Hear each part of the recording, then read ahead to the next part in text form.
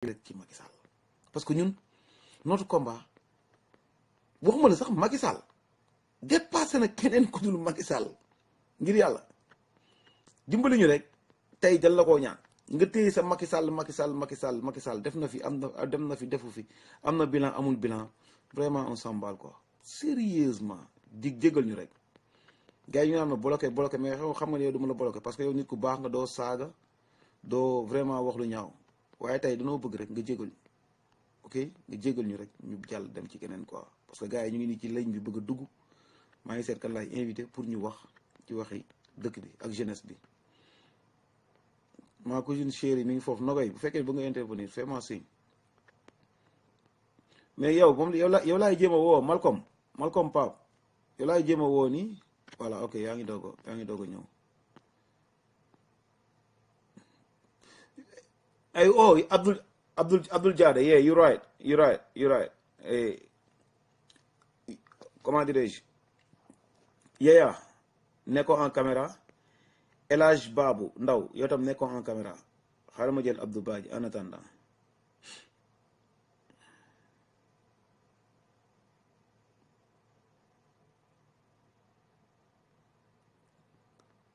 ma wax la sama bopp voilà li may wax ci yeah man what's up bros nee na jël ma wax la sama bopp waaye yow dinaa la jël nga wax ñu sa bopp dégg nga bu nu pare yow nga ni is just dumb man waaw sama waa ji maa ngi lay ziare mais maa ngi jégalu amul problème non da ngaa tànn sa gars yi boo jël leen mais amul problème come on man don't say that non c'est que li tax ma bëggoon dugg affaire yi nice na mais comme gars yi ni ñu bëggee picture jeunesse bi léegi man pour man gars yi da ngeen xaw a négatif bu mopp loolu laa gis bu leen fàttali peut-être yéen de lancer un message je comprends mais gis nga année 80 yi c'est vrai ñun boobu naa ñun ay bébé lañu woon mais tamit gars yi balaa ñoo dem fippu ba 88 di fippu ajustement structurel yi dafa tar ba benn instant gars yi amatuñu espoir gis nga gars yi boo leen poussé ba ci miir bi du yow yaa leen wax nañ fippu ñoom ñooy jóg fippu parce que amatuñu beneen alternative léegi gars yi yegguñu foofu donte nag waroon nañ jomb di xaar ba yegg ci miir bi pour xeex mais yegguñu foofu am na ay quelques espoir te aussi tamit bu ñu fàtte tamit jeunesse bi xeexoon 88 ñooy mag ñi léegi mais ñooñu incarné wuñu dara ñoo nekk ci seen politique bi léegi Fada xeex na 88 tey jii moom mooy def même chose yi mu doon xeexee pour joxe exemple boobu rek c'est que pour wane ne jeunesse bi peut-être que am na ay lu ko divertir mais am na ñuy xeex te xeex bi dina ñëw yegguñu foo xam ne dañuy tëj concours yëpp kenn du def concours man am na sama benn grand bac plus 4 la tey jii muudu la dafa mujj jékki-jékki claté bàyyi jàng ci 90 bàyyi jàng dem Gabon yo mu ngi fii boo gisee muudu la te intellectuel la ci ñi ñuy wax jeune année 80 yi ñaata nit ñoo fi new ñaata nit la gouvernement bi financé surtout ñu defoon économie ak gestion jox leen xaalis mais gars ay cantine boulanger la leen joxoon non même bu n'importe quoi même bu nekkee loolu gars yi jàng nañ ñu jox leen tuuti xaalis au moins gars yi liñ jàng nañ ko appliqué waxuma ñëpp dañuy réussir mais kenn réussirul parce que ñëpp dañoo takk jabar dañ lay financé ka takk jabar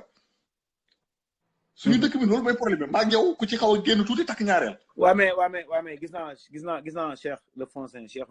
na ba tey jii man sama message waxaguma ko man dama ne j'ai un message à lancer à la jeunesse am espoir moo tax ma toog di lancer ba léegi waxaguma exactement ba léegi dégg góoma sama gars bi laa Cheikh naa nii ba Cheikh naa ba léegi dégg góoma wax man dama ne j'ai un message à lancer mais avant boobu dama bëgg a bàyyi sénégalais yi ñun ñëpp ay jeunes lañu ku ci nekk mu exprimer wu mu lancer message boppam donc actuellement nii y a des pour et des contre y a des avec et des sans mais loolu la mën a mesurer la diversité là mu nekk une richesse pour ñu mën a lancer message bi ñu bëgg a lancer at the end of the week man looloo tax ma toog gars yi li ñu fi wax yëpp lu positif yëpp ma jël ko li ñu fi wax lu négatif yëpp ma jël ko boole ko créer ci dara pour après conclure ko mais pour le moment j'ai rien dit waaw mais bu ñu fàtte ne jeunesse bi peut-être ñëpp génnewuñ ci fi Wade mais bokk na ci li fi indi Wade te tamit ñoo ko fi génne même jeunesse bi waaw ñun maa ngi fàttali ñun en 2000 lañ commencé voté mosu ñoo voté parce que amuñu woon âge voté 2000 lañ commencé voté donc jeunesse bi am na lu mu def léegi nag li mu def dafa tuuti par rapport ak attente bi ñuy xaar ci moom. parce que jeunesse bi moo war a gën a conscient bi jeunesse bi moo war a gën a consciente parce que moyens yi mu am pour xam li xew ci àdduna bi jeunesse boobu amu ko woon. effectivement merci. waaw foofu dañ koy d'accord. jaajëf waaw léegi nag mooy gars yi xeex bi du xeexu Cheikh Sadibou parce que taxaw fii rek naan Cheikh Sadibou dafa toog ci caméra am ci clavier am di wax lu ko neex man loolu lay wax gars yi gis nga Sénégal bu taawee yooyu bu ñu matt yow duñ la matt man duñ ma matt. man yow gëj naa koo gis yàgg na. non dañu leen di wax rek pour ñu xam ne cooli bu amee problème yi négativement buy impacté directement ñoom lay impacté. waaw ñun peut-être dinañ impacté indirectement parce que suñu famille ñu ngi foofu. mais indirectement la ñuy impacté ñoom directement nag la leen di impacté. effectivement waaw man Palis ba ma génnee Sénégal laa gëj a Palis il faut nit ñi comprendre loolu parfois nit ñi dañ may wax loolu liñ lay wax dañ ma koy wax dafa yomb trop nga toog fee. ma ne dafa yomb trop ma toog fee ba sama xaalis laay yónnee Sénégal ñu koy investir biir Sénégal lu ma liggéey fii 50% minimum day dem Sénégal. te lépp du dem Sénégal dinaa fay TVA 18%. donc 18% boobu damay contribuer man je suis un contribuable sénégalais bien que Sénégal contribué wul dara ci man actuellement. jaajëf.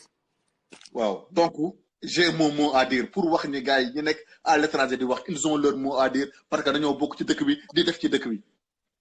waaw ku bokk nag ci gétt bi da nga naan ci meew bi. ah ci lu leer kay. waaw jaajëf. merci. Cheikhna dégg nga Cheikhna Fossé yow toogal noonu maa ngi ñëw. waaye léegi ma jël la. Ndiouga dinaa la jël de yow moom il faut nga wax ñu sa bopp comme nee nga da ngaa am sa bopp da nga ñu war a wax sa bopp. El Hadj Badou Ndiouga Diallo neen tey waxe boppam.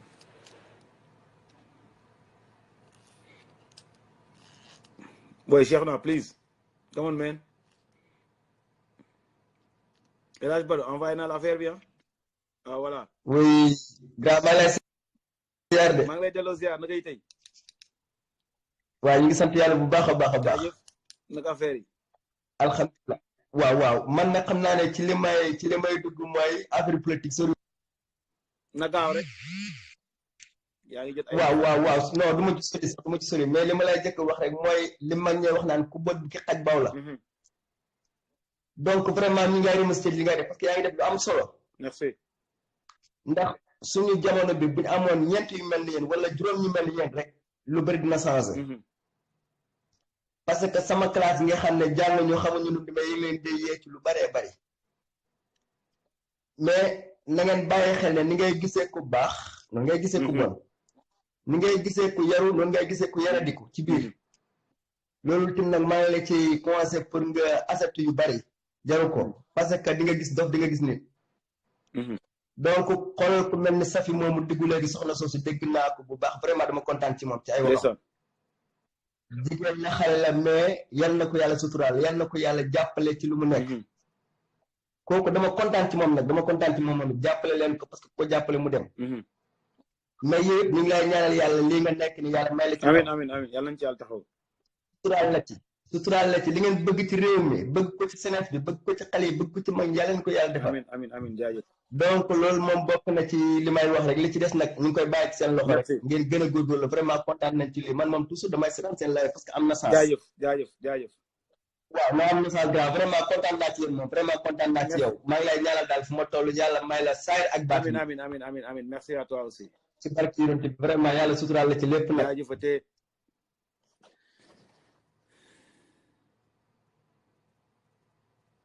boo yow Cheikhna yow xaaral ma ñëw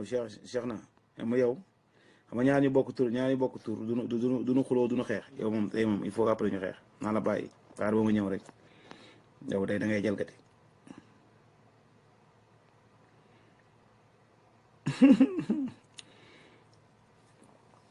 bàyyi njaga sëy dinaa la jël mais dafa am benn waay joo xam dafa ñëw bëgg a wax boppam tam il faut ma jël ko waaw jaajëf sama waay maa ngi ziare allo. salaamaaleykum. waaleykum salaam allo waaw salaamaaleykum. jaajëfatee waaleykum salaam. waaw naka coono yi. sant ak muñ ak may. yàlla yàgg waay. amiin. fu mu nekk xaw naa lënd man maa ngi Maroc quoi maa ngi Maroc. amul problème waxal rek mu gaaw rek. way way dëgg la daa am lu ma bëggoon a leer rek xam nga émission bi nga def am na solo trop mais dama bëggoon a sànn benn ay kii yoo xamante ni pour ngeen jàllal la wala Sénégalais yi nga xam ne nekk na Maroc ñu ngi koy dund loo xamante ni xam naa comme seen genre yi ñoo mën a jàllale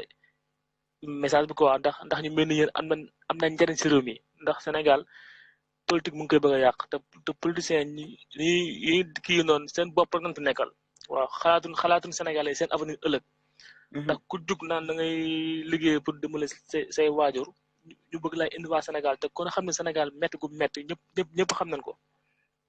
waaw man yor naa ay vidéo yoo xam ne su ma la ko envoyé su non da nga naan noonu sax marocain yi dañu def ñoo xamante ni ñu dóor dañuy fekk suñu kër yi dañuy génnee dañu ramasse di sàcc suñu xaalis yi xam nga te benn autorité Sénégal waxu si fii am na benn kii boo xam ne moo fi nekk Sénégal mais amul sax mënu sax wax. xam nga man am naa waaw très bien consulat yow xam nga bagage yi man am na 1 mois 15 jours si àll bi Tanger benn dëkk bu daan Tanger képp kuy dem Espagne fa ngay jaar très bien képp kuy dem Espagne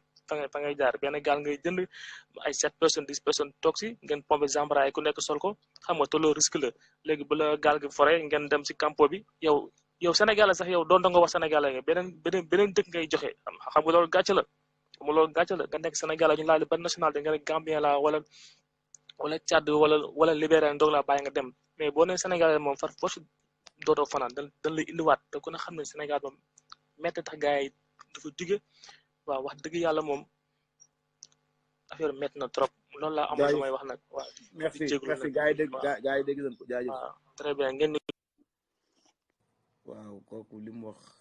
dana waar naa jël ok Ben comment here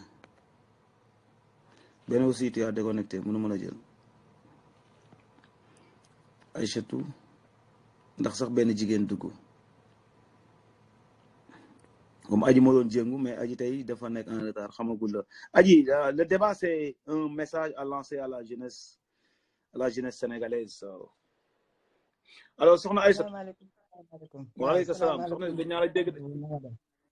waa gëj nañ déggante kay ça va alhamdulilah ça va bien maa ngi jaajëfal maa ngi nuyu ñi nekk ci panel bi yëpp di la sant di la gërëm sa liggéey rafet na ndax am na ñoo xamante ne ñi ngi toog waxuñu te yow yaa ngi def lu am solo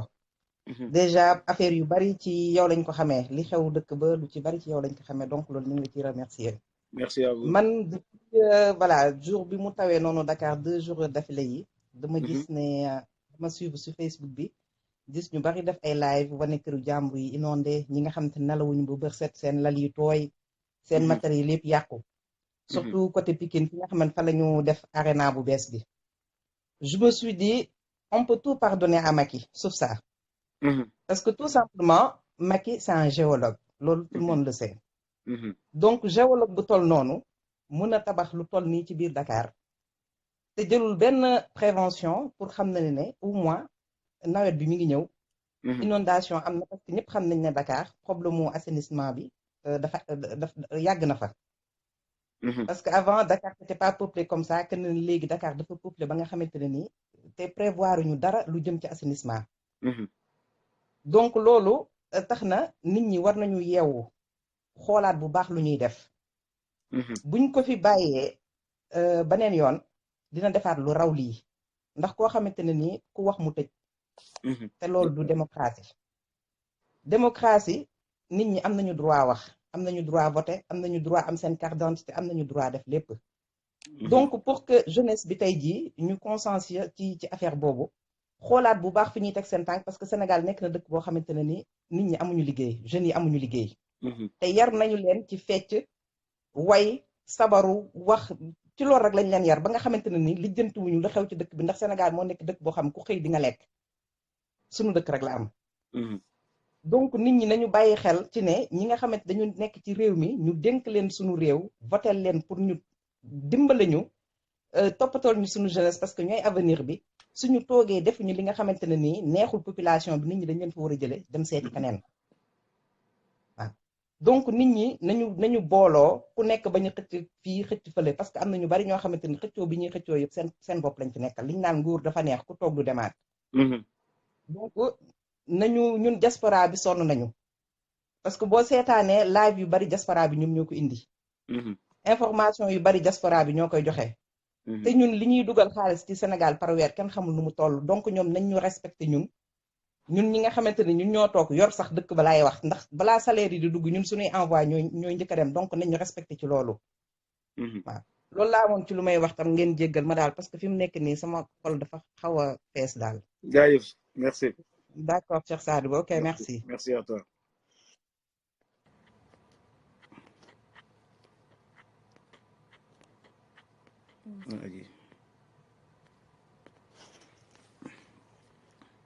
Cheikh naa nga ne ban jeunesse mooy fecci ak woy fii ngeen nekk la ëppee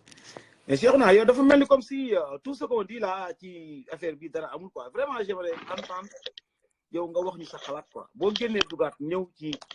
mu naan diaspora dafa mel ni comme si y a le problème en est que ñun ñu nekk à l'étranger di wax mooy problème bi quoi moi je te comprends pas tey bro je te croyais moi je te savais plus objectif que ça quoi parce que tu es en train de faire des commentaires moi je suis en train de les lire benn par benn mais je vois que ni lépp lu gars yi wax rek après tu balayes ça sans pour autant oui nous avons tout faux effectivement moo taxoon ma bëggoon sérieusement boo mënoon ñëw dugg ñu waxtaan quoi parce que man je te savais plus objectif que ça fii kenn waxu fi lu graw à part essayer de lancer un message pour mën a sonner le réveil par rapport ak jeunesse sénégalaise et ku nekk war nga cee mën a wax soxnaa ji waa Cheikh ça va bien et toi ça va sant naka affaire yi ah ça va yow loo déprimé nii nga ni sonn jommi kii jommalagul ñu sax toog leen di seetaan kon jommeeguma kon def na yeneen acte yu mu tegagul oh yeah il est logique il est logique et cohérent dans ses actes man dama bëggoon intervenir rapidement focus ci thématique bi donc da nga wax appel à la jeunesse un message ouais message à la jeunesse message à la jeunesse bi c'est très clair bon tout d'abord cher je pense que wax dëgg yàlla façon kii nu mu tudd problème bu nekk soulevé nañ ko fii ci live yi problème bu nekk détaillé nañ ko dugg nañ ci toj nañ yax bi expliqué nañ nit ñi échangé nañu donc nit ñi je pense que tey am nañu assez de matière pour maintenant teg ay actions je pense que passage boobu moo des léegi je m'explique c'est que il faut que nit ñi organiser wu am ay objectifs simples boo xamante ni ça ne c'est pas compliqué à mettre en œuvre su fekkee ni mën nañu organiser wu xool par exemple day sangam wala chaque mardi dañuy dem def du porte à porte demander nit yi nga xam ni récupérer wuñu seen carte yi ñu dem récupérer seen carte jël benn action ciblé ko woo ci ay nit je pense que loolu une fois que 5 personnes le feront la fois prochaine ça sera 10 après 15 après 20 après des milliers de personnes dinañu conscientiser wu ba pare xam ni problème bi soo demee ba teg ci sa baaraam li des mooy passer à l'action et effectivement c'est une de nos faiblesses il faut que ñuy jàng di wàcc ci terrain bi di wax ak nit ñi di sensibiliser nit ñi peut-être parce que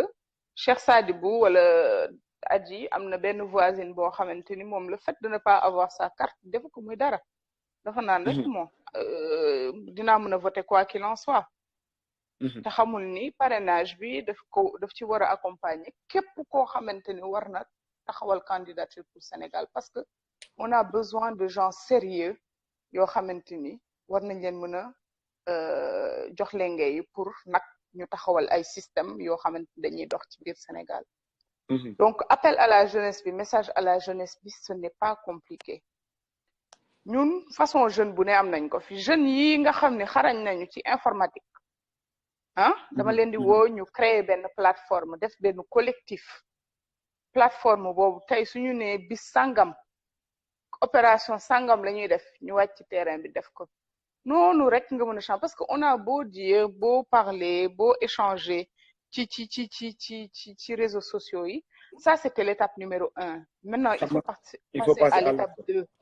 voilà il faut passer à l'acte parce que wax bi c'est pas facile wax bi tamit c'est un engagement mais pour engagement boobu aboutir il faut aller sur le terrain. Effectivement. Beneen chose bi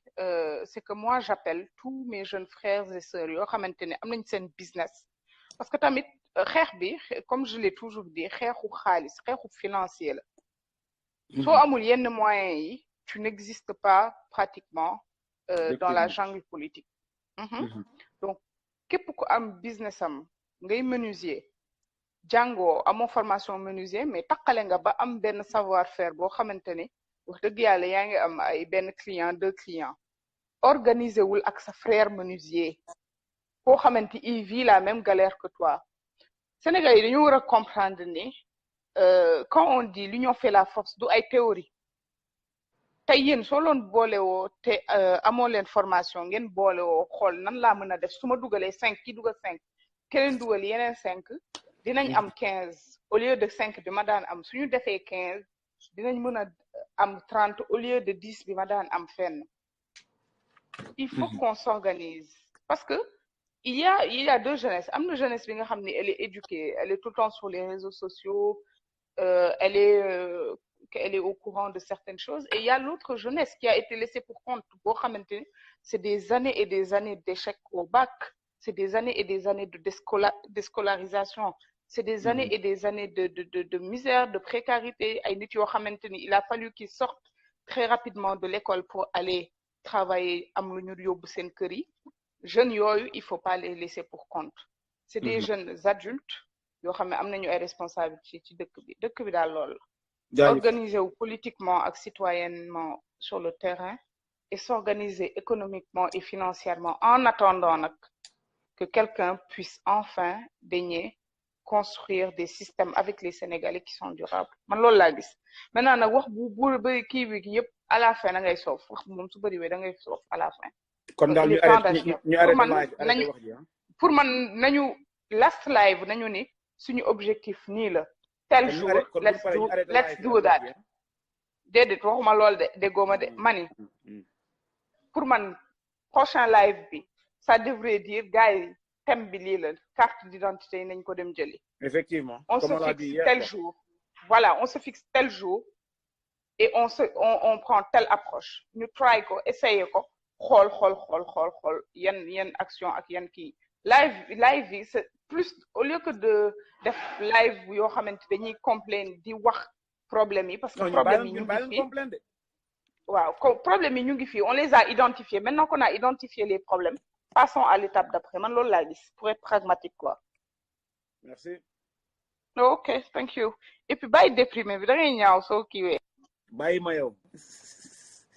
mais Ben envoyé naa la message la léegi jëlaatal beneen bi man damaa ñaaw man naturellement damaa ñaaw kay bàyyi ma sama ñaaw rek moo gën. Yo what's up. Yeah what's up man. nu mu demee. xanaa da ngay bañ ma gedd mer moo tax nga dugal mi quoi man xam naa nu mu demee quoi comprendre naa quoi waaw liste bee gudd waaw bon on commence alors. nu mu demee. waaw béggee bu baax sant yàlla. di wax bon man message bi may lancé pour sama moroomu jeunes yi la quoi en tant que jeune. merci heureusement merci. waaw parce que tey bu ñu xoolee réew daf jeunesse bi daf si am solo de telle sorte que tey dañu war a wake up ñun ñëpp nañu yeewu. boo xoolee man de ma part personnelle à l'âge de 12 ans 13 ans bi may def 6e secondaire laa commencé dem ci mbedd yi di jaay newspaper ay journaux quoi di takkale xam nga di fayet suma life ci affaire yu bëri mais tey dafa dem ba benn instant man par exemple du ma blâme par exemple ñi nga xamante ne nii tey ñoom ñoo war a jàppale jeunes yi parce que jeunes yi si boppam ñoom ñoo war a tey def de telle sorte que tey ñoom buñ jógee am benn vision bu nga xamante ne nii seen vie dañ koy maanaam dañuy am ambition quoi dañuy am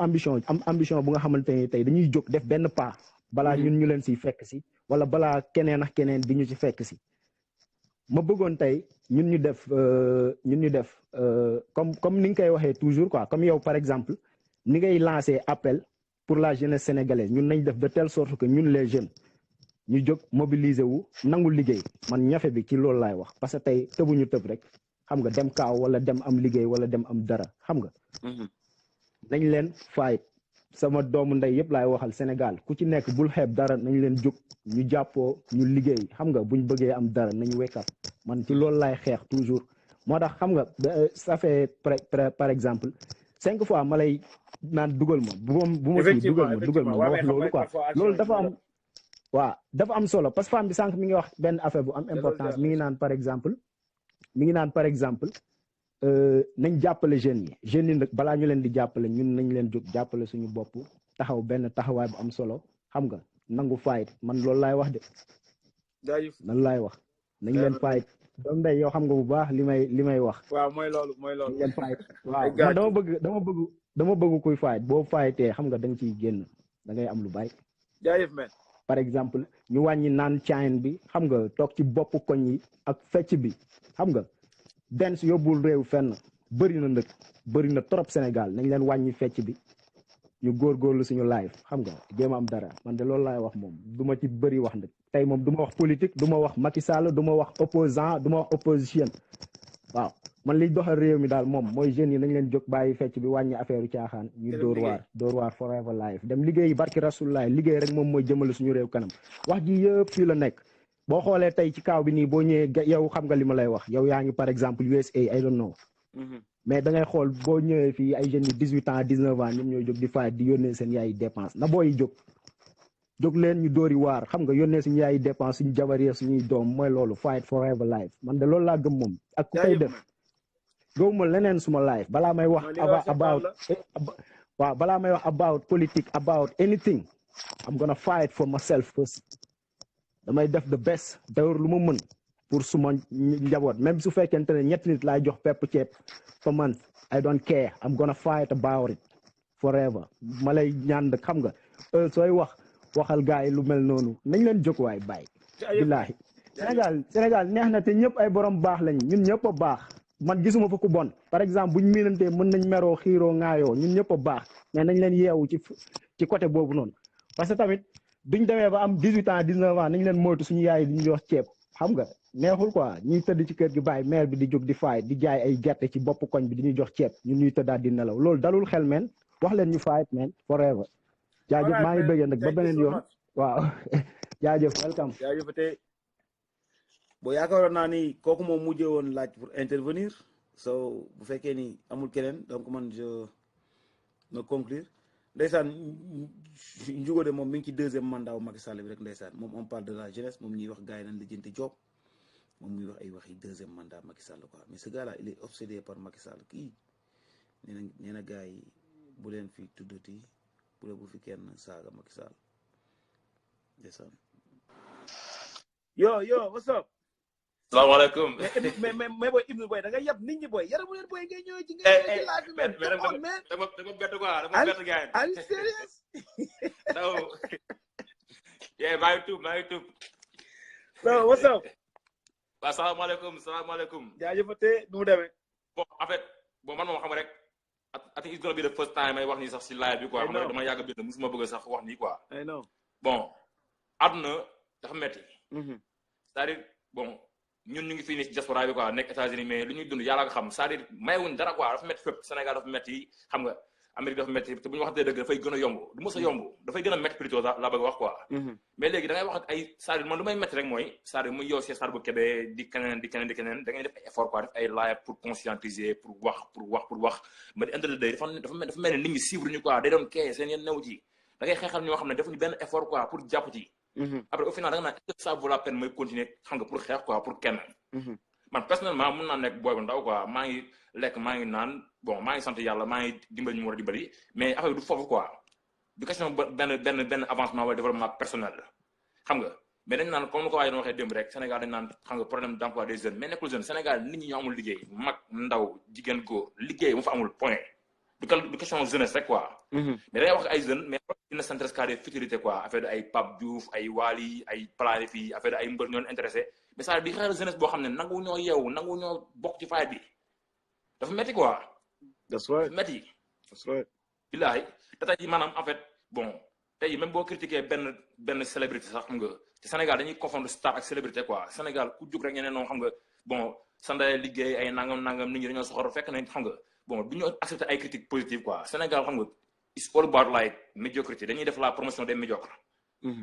yow mii Cheikh Salou Kébé ko xam da ngay ñëw def ay live nii pour conscientiser xam nga rek pour xam nga apporter quelque chose xam nga au développement du pays boo bëggoon gis tey le président bon ce sont tous les problèmes du monde alors que benn centre day jóg boo xam ne tekkul dara mais dañ koy accueillir xam nga à bras ouverts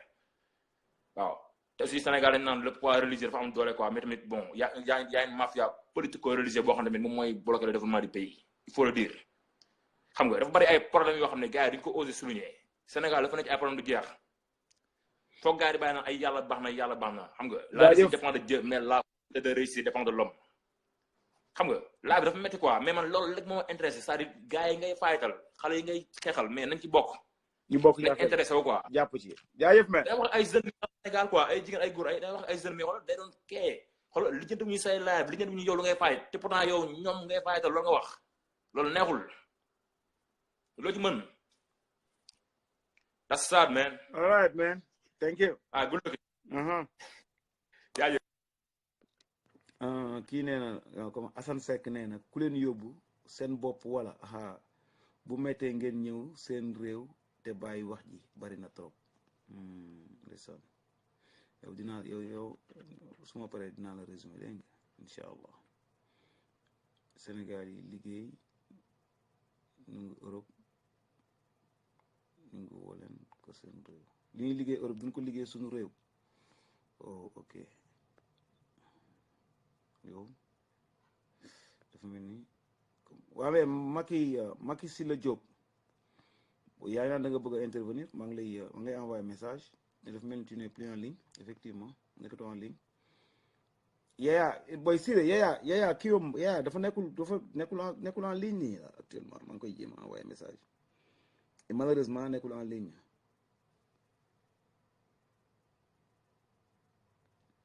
waaw kii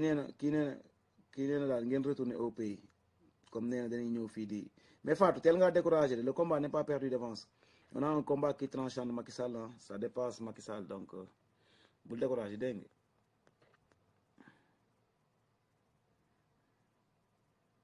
nee na ngeen ñaan lu baax Macky am deuxième mandat ok kon donc Assane Seck yow c'était ça l'objectif en quelque sorte donc yow li ñuy wax intéressé wu la quoi mais le fait que Macky dafa war a am deuxième mandat donc c'est moom moo tax a tontu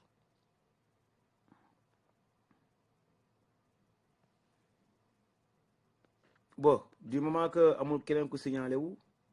donc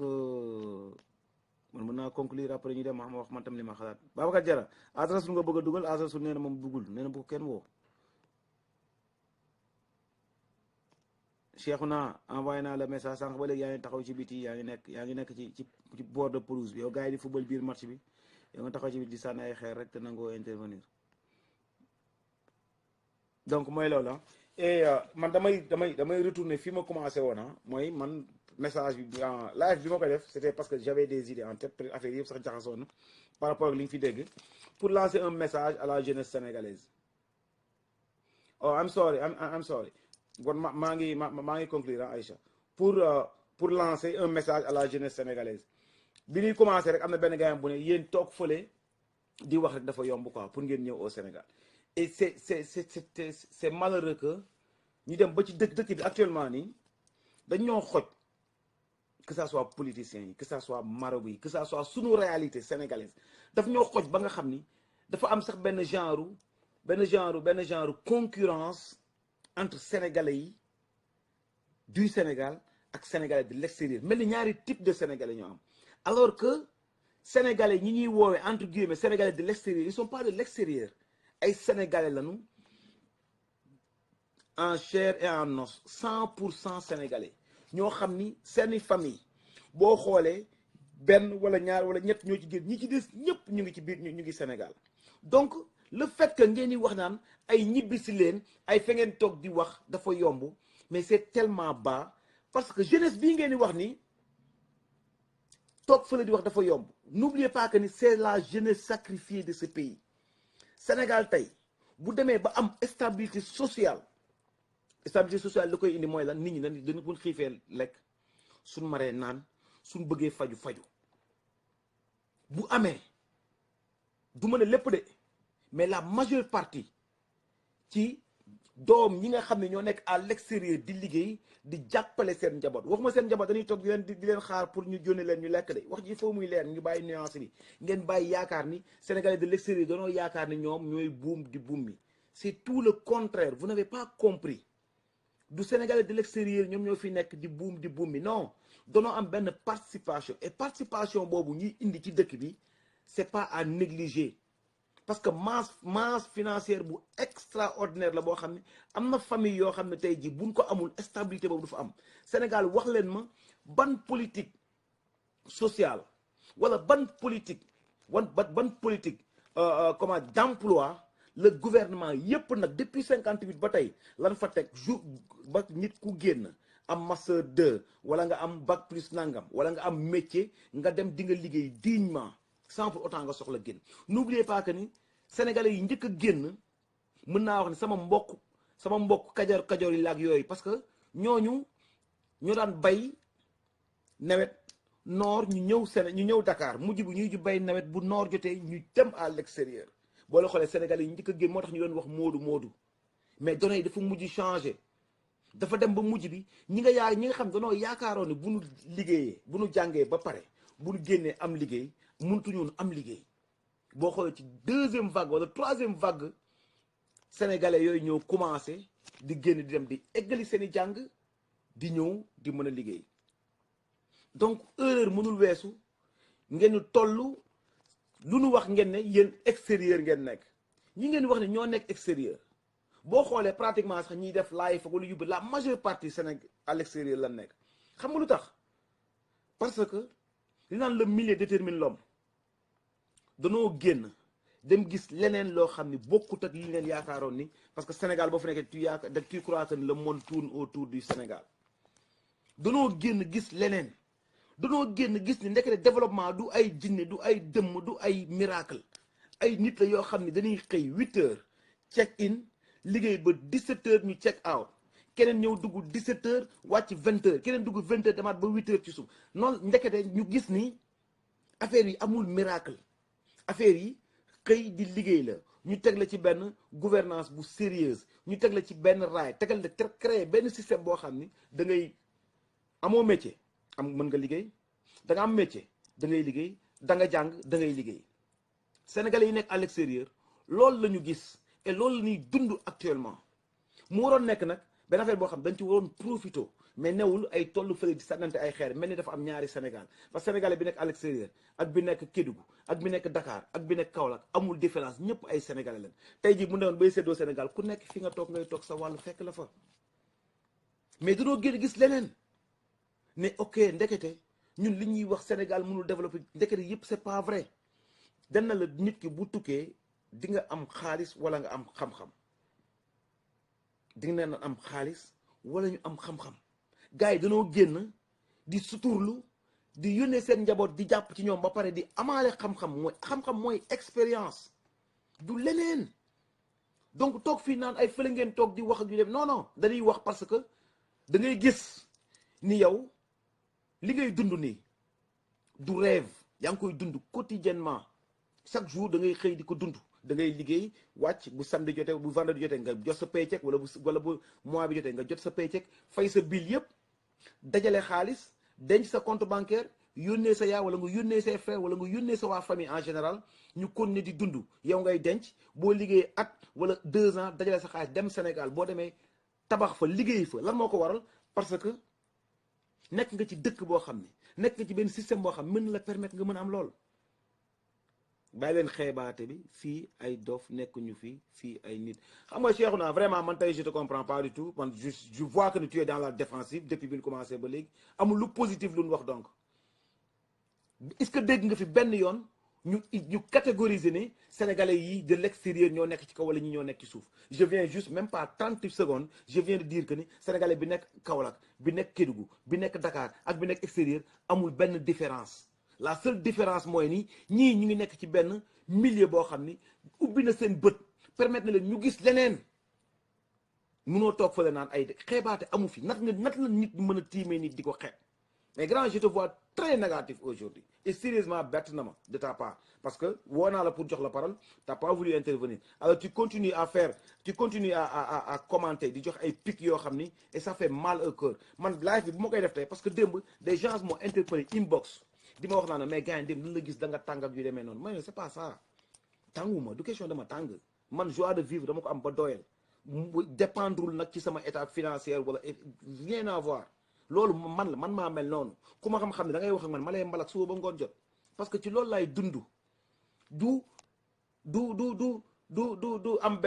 benn assise financière bi yoruma dara mais dama am joie de vivre bu extraordinaire man moo xam dama ko xam man wóor na man dama ko am donc man loolu dama koy share ak nit ñi newul du xaalis fëkk ko situation fëkk ko du dara lu koy fëkk mais quand je viens de dire 30 secondes ci ginnaaw que ni sénégalais bi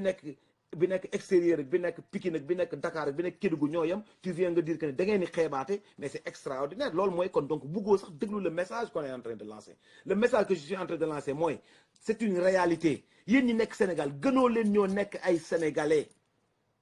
une fois parce que bëggu moon mu nekk tiraillement mais loolu lay mujj nekk gënoo leen ñoo nekk ay sénégalais nous sommes des sénégalais ci ndey ci baay ci maamaati maam yàlla dafa dogal ni ñu am chance wala ñu ñàkk chance parce que ñaari côté bu la neexee nga ne ñu am chance génn parce que bu fekkee ne da nga génn pour ut xaalis pour ut liggéey donc am nga chance bu fekkee ne da nga gis ni yow tu t'es sacrifié tu as sacrifié toute ta jeunesse parce que heure bi waroon na la fekk sa biir dëkk tukki lu muy neex sa biir dëkk ko dàqan tey jii amul kenn ci ñun fii ku nekk ak situation boo mën a nekk nag boo sañoon tey li ngay business bi ngay def fii sa biir dëkk nga koy defee am na loo xam ñu ngi koy gars yi ñu ngi koy duñ ko wax muy racisme ak discrimination tout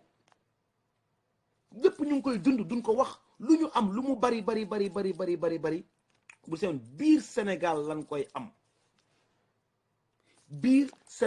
koy am pas à l'extérieur duñ ko bàqoo donc defalu te et puis defaluñ yàlla dara lu extraordinaire loo xam ne tax na ñun mu yóbbu ñu bàyyi fa sama rak wala mu bàyyi fa sama morom ay gars yoo xam ne maa ngi moom ñoo yarandoo màggandoo jàngandoo dàqu ma leen woon jàng ëpp ma leen fit dàqu ma leen liggéey ëpp ma leen jom yàlla dogal ci yow jox la chance nga génn dem à l'extérieur mën a defal dara sa poste te ñoom joxu leen ko du bàqoo donc fii xeebaate amu fii qu'on se dise la vérité tey jii ñun situation boo mën a nekk jarul sànq comment dirais-je Sophie da doon wax ni say mbokk jarul ngay dem sa mbokk sa quartier bi nga dëkk am na ñoo xam tey jii wóor na ni bu nu xëyee bu nu dëkkee du nu añ wala bu nu añee du nu reer jarul sax ngay dem seeti sa mbokk quartier bi nga dëkk parce que mbokk mooy voisin parce que foofu la njëkkee loolu la yonent bi jàngale donc xeebaate mënu fee am mënu ñoo dëkk ci yenn milieux yi mënu ñoo jóge ci yenn milieux yi jaar fi ngeen jaar nekk ay boy town comme yéen jàng comme yéen xoslu lu nekk ñu def ko génn dem ñëw après di leen xeet ça n'a même pas d'importance, ça tient même pas la route am na yoo xam ne waxi dof la waxi kandang la waxi